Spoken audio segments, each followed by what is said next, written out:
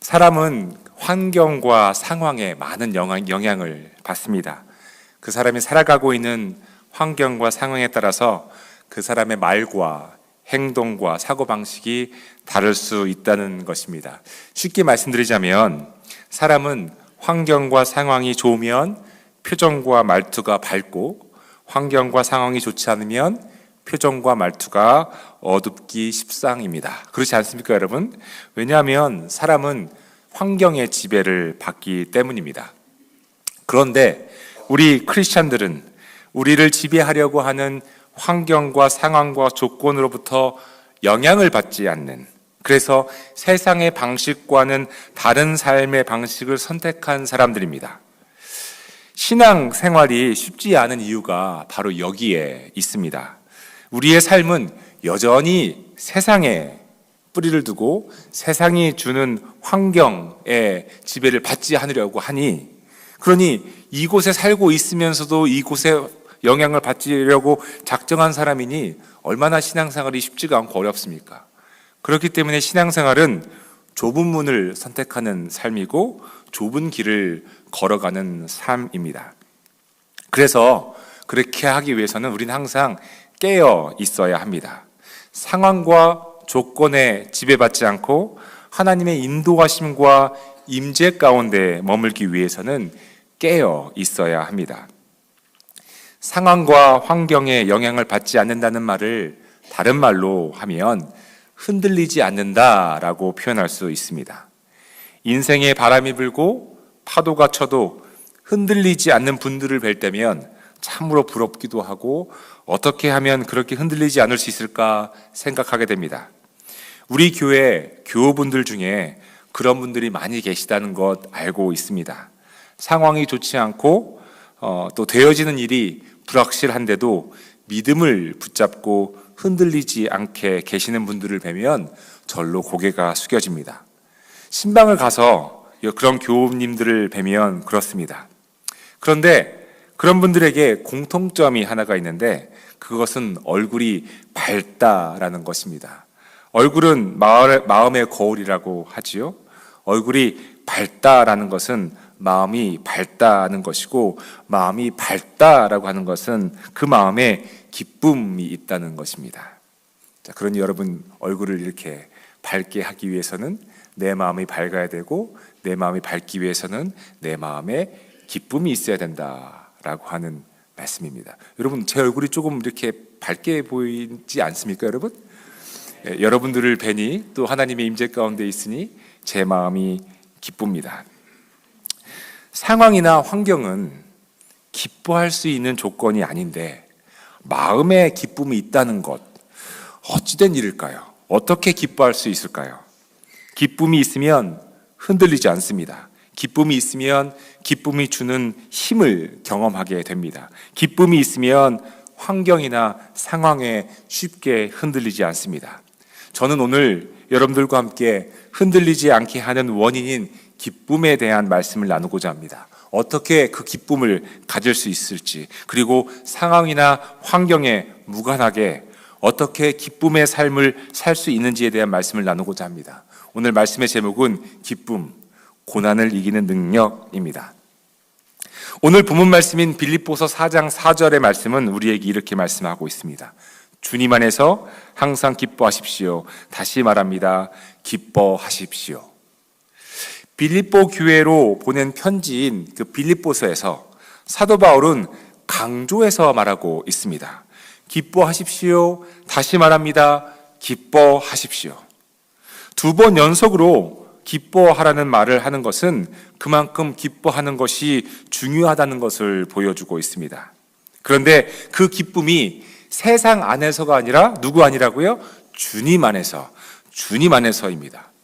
여러분, 세상에 주는 기쁨도 있습니다. 예를 들어서 원하는 학교에 들어갔을 때, 원하는 회사에 취직했을 때, 그리고 그렇게 바라던 병이 이제 잘 치료받아 나았을 때, 엄청난 금액이 걸린 로또가 당첨되었을 때, 자녀가 드디어 결혼을 했을 때, 드디어 나에게도 손주가 생길 때 등등의 기쁨입니다.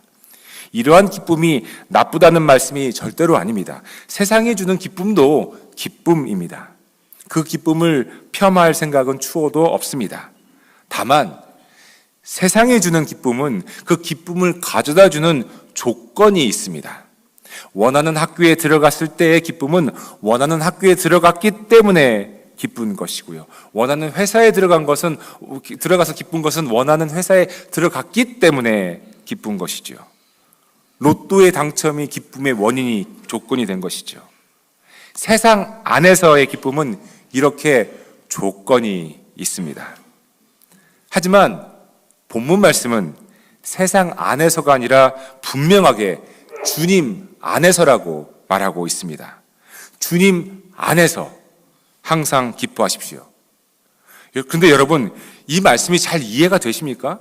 제가 이 말씀을 아무리 묵상을 해도 주님 안에서 기뻐한다? 주님 안에서 기뻐한다? 이게 무슨 뜻일까? 유진 피터슨이 쓴 메시지 성경을 보면 유진 피터슨은 다음과 같이 이 구절을 표현하고 있습니다. 영어로 이렇게 되어 있습니다. Celebrate God all day, every day. I mean, revel in Him. 직역을 하자면 하루 종일 매일 하나님을 기뻐하십시오. 하나님을 기리십시오. 하나님을 찬미하십시오. 하나님을 칭찬하십시오. 하나님 위대하십니다. 말씀하십시오. 다시 말합니다. 하나님을 만끽하십시오. 하나님을 즐기십시오. 교회 여러분, 뜻이 조금 명확해지는 것 같습니다. 기뻐한다고 하는 것이 어떤 조건이나 상황 때문이 아니라는 것입니다. 무엇을 기뻐하는 것이지요? 하나님을 기뻐한다라는 뜻입니다. 하나님을 즐긴다라는 뜻입니다. 하나님을 만끽한다라고 하는 뜻입니다. 다시 말하자면 기쁨의 원인이 하나님이시라는 뜻입니다. 주님 안에서 항상 기뻐하십시오는 주님 때문에 기뻐하십시오가 됩니다. 그러니 오늘 본문 말씀을 바꾸자면 이렇게 됩니다. 주님 때문에 항상 기뻐하십시오. 다시 말합니다. 주님을 기뻐하십시오. 주님을 즐기십시오. 누군가를 기뻐한다는 것이 무슨 의미일까요? 가끔 우리 교회에서도 이런 일이 일어납니다. 누군가와 이야기를 나누다 보면 삶의 어려움이나 기도 제목들을 나눌 때가 있죠. 또 아픔을 나눌 때가 있습니다. 그럴 때 얼굴 표정이 진지하고 무겁습니다. 그러다가 이야기가 쭉 진행되는데 갑자기 손주 얘기가 나올 때가 있습니다. 그러면서 갑자기 전화기를 꺼내서 손주 사진을 보여주기 시작합니다. 그때 손주 사진을 보여주시는 분들의 얼굴을 여러분 보신 적이 있으신가요? 절대로 어둡지 않습니다. 절대로 무겁지 않습니다. 비록 삶이 주는 어려움 때문에 목사를 찾아와 이야기를 하면서도 손주 이야기가 시작되면 언제 그랬냐는 듯 얼굴이 환해집니다. 왜 그렇지요? 그 손주가 삶의 문제를 해결해 주어서 그렇습니까? 뭔가 해주어서 그런가요? 아니죠. 손주 생각하면 얼굴이 밝아지고 환해지는 이유는 손주 때문에 기뻐서 그렇습니다. 저는 저희 아버지에게 그렇게 환하고 밝은 미소와 웃음이 있다는 것을 첫째 아이를 낳고 알았습니다. 눈에서 꿀이 뚝뚝 떨어집니다. 마트에 가서 손자가 손가락으로 가리키는 장난감은 바로 손자의 것이 됩니다. 왜 그렇죠? 그것은 손자 때문에 기쁘기 때문입니다. 누군가를 기뻐한다는 것은 이런 것입니다. 조건이 있는 것이 아닙니다. 그저 그 사람을 기뻐하고 그 사람 때문에 즐거움이 있고 그 사람으로 인해 기쁨을 만끽하는 것을 의미합니다. 주님 안에서 기뻐한다는 것은 아무런 조건 없이 주님을 즐거워하고 주님 안에서 기쁨을 만끽하고 주님을 기뻐한다는 뜻입니다. 그러니 주님 안에서 주님을 기뻐하는 것은 무조건적인 기쁨입니다. 왜냐하면 기뻐하는 이유가 무조건적인 사랑을 나에게 주시는 하나님 때문에 기쁘기 때문입니다. 하나님은 온 세상을 만드시고 기뻐하셨습니다. 창세기에 나오는 창조의 역사를 보면 이 세상의 것을 만드신 하나님의 마음에 대해서 성경은 이렇게 표현하고 있습니다. 보시기에 좋았다. 빛을 만드신 후에도 보시기에 좋았다. 육지와 바다를 만드신 후에도 보시기에 좋았다. 모든 식물을 만드신 후에도 보시기에 좋았다. 모든 동물과 사람을 만드신 후에도 보시기에 좋았다. 보시기에 좋았다고 말씀하십니다. 무엇을 의미합니까? 하나님은 세상을 기뻐하셨습니다. 세상을 만끽하셨습니다. 천지를 만드시고 즐거워하셨습니다. 우리 인간을 만드시고 기뻐하셨습니다. 하나님이 세상을 이처럼 사랑하사 하나님의 기쁨이 들어져 있습니다. 여러분, 기쁨이라고 하는 그 감정은 성경에서 가장 먼저 나오는 하나님의 감정입니다. 기쁨이라는 감정이 성경에 제일 먼저 나오는 이유는 하나님이 우리를 기뻐하시기 때문입니다. 미움이나 안타까움의 감정이 아니라 하나님의 기쁨은 창세기 1장부터 시작해서 성경 안에서 반복적으로 나옵니다. 반복적으로 지속됩니다. 왜 그렇죠? 그것은 하나님께서 우리를 기뻐하시기 때문입니다. 그러니 우리도 하나님을 기뻐해야 합니다. 하나님을 기뻐하고 즐거워해야 한다는 말씀입니다. 그런데 하나님을 기뻐해야 할 그 기쁨을 잃어버릴 때 우리의 환경과 상황에 흔들리고 환경과 상황에 지배를 받게 됩니다. 기쁨을 잃어버린 이야기가 성경에 나옵니다. 바로 1만 달란트 빛을 탕감받은 사람의 이야기입니다. 마태복음 18장 23절 이하에 나오는 말씀인데요. 왕에게 1만 달란트 빚진 종이 나옵니다. 1만 달란트라고 하는 액수는 천문학적 숫자입니다. 그 빚을 갚을 방법은 전혀 없습니다.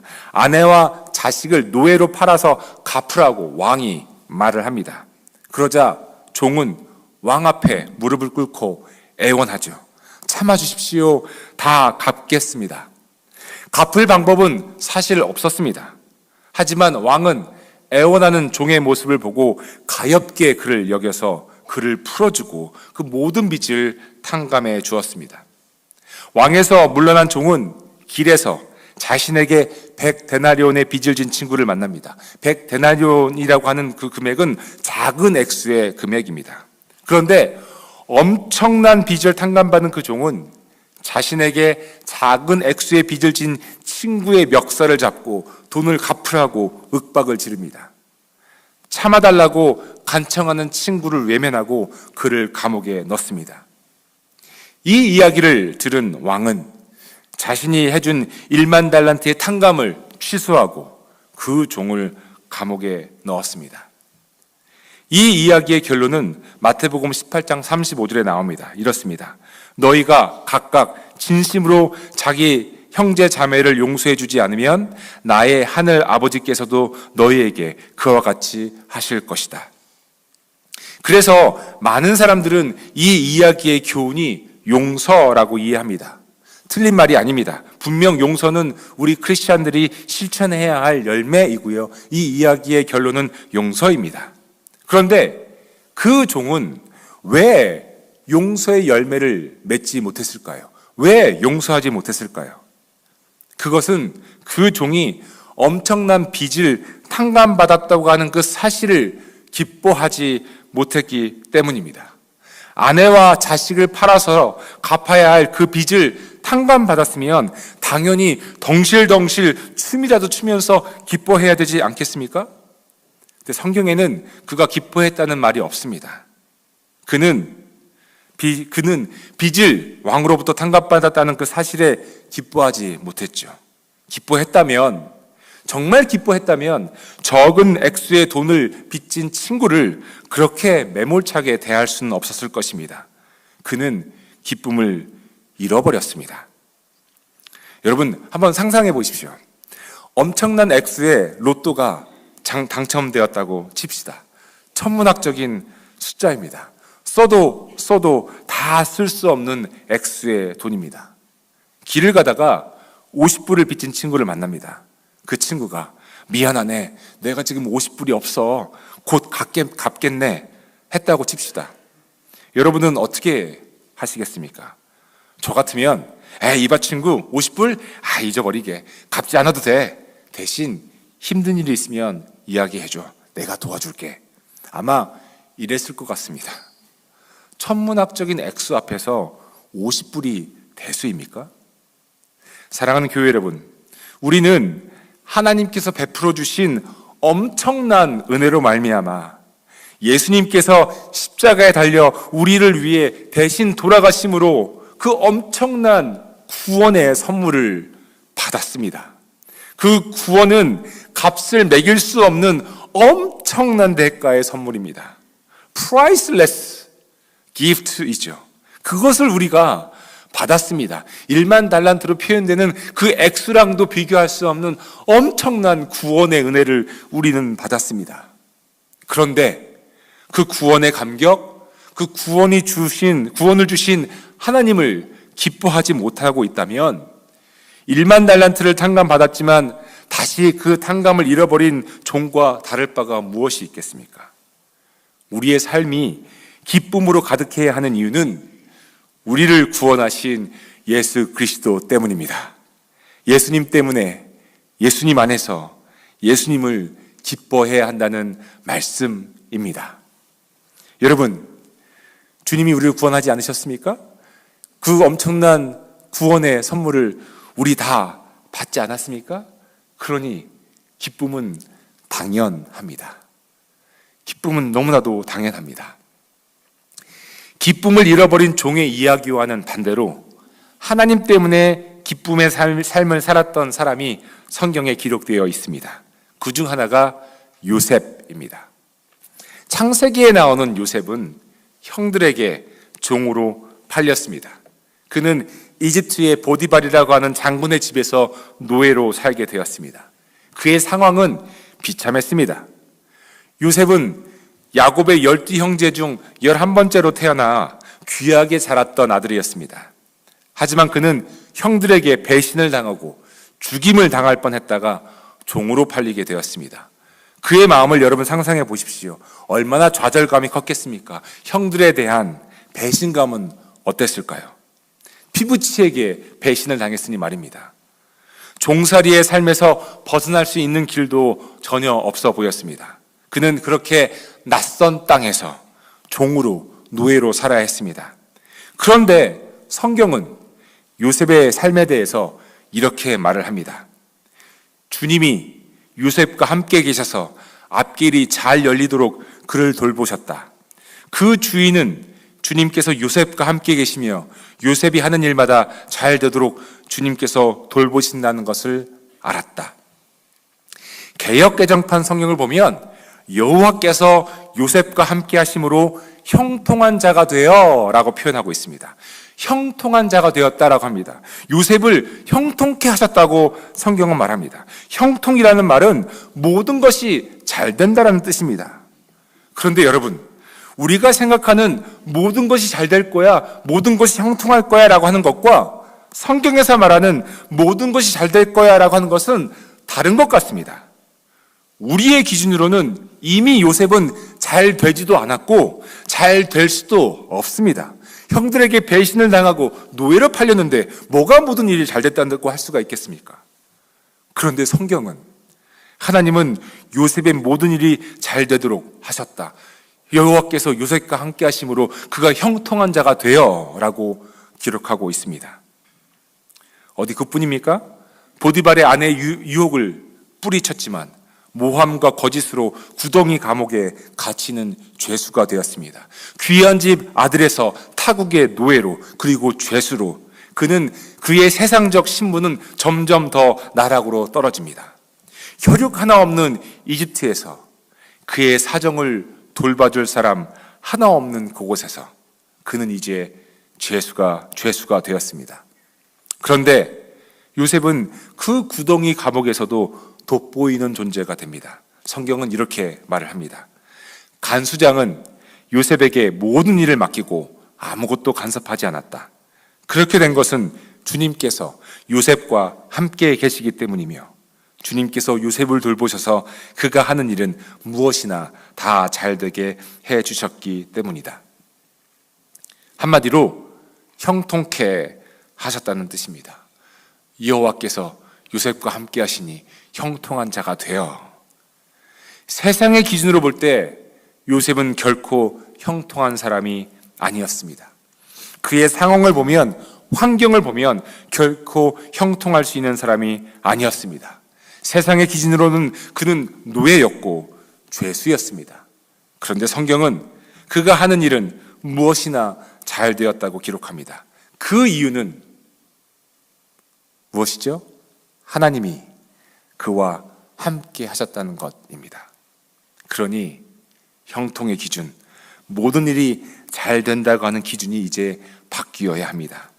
형통의 기준은 상황이나 환경이 아닙니다. 어떤 상황에서든 어떤 조건에서든 하나님께서 함께 하시는 것이 형통이고 그것이 복입니다. 저는 여러분 모두에게 이런 형통의 복이 있기를 간절히 소망합니다. 교회 여러분, 한번 상상해 보시기 바랍니다.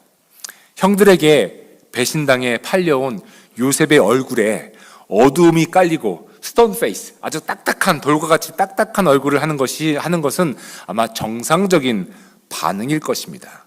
얼마나 두렵고 떨렸겠습니까? 얼마나 배신감에 온몸이 떨렸겠습니까? 소위 그런 요셉이었는데, 또 소위 잘 나가던 종살이의 삶에서 또 억울한 누명으로 죄수가 된 요셉의 얼굴에 짙은 어둠이 깔리는 것은 당연한 반응이었을 것입니다. 억울해서 죽을 지경일 테니 얼굴이 당연히 어두운 것이 당연한 반응이었겠지요. 하지만 만약 요셉의 얼굴이 그렇게 어두웠다면, 요셉의 얼굴이 그렇게 딱딱하고 굳었고 뭔가 좌절감에만 사로잡혀 있었다면, 보디발이나 간수장이 요셉에게 이 모든 일을 맡길 수 있었을까요? 요셉의 얼굴이 어떠했는지 성경은 정확하게 표현하고 있지는 않지만, 성경은 요셉이 하나님이 자신과 함께 하고 계시다는 것을 알고 있는 것으로 표현하고 있습니다. 바로 요셉이 이집트 왕 바로 앞에서 꿈을 해몽할 때입니다. 바로는 요셉에게 꿈을 해몽할 것을 요구합니다. 구덩이 감옥에서 갓 나온 요셉은 다음과 같이 말을 합니다. 저에게는 그럴 능력이 없습니다. 임금님께서 기뻐하실 대답은 하나님이 해주실 것입니다. 그리고서 요셉은 꿈을 해몽하기 시작합니다. 저는 요셉의 얼굴이 결코 어둡거나 차갑지 않았다고 생각합니다. 왜냐하면 하나님이 함께 하신다는 것을 아는 사람의 얼굴은 결코 어둡지 않기 때문입니다.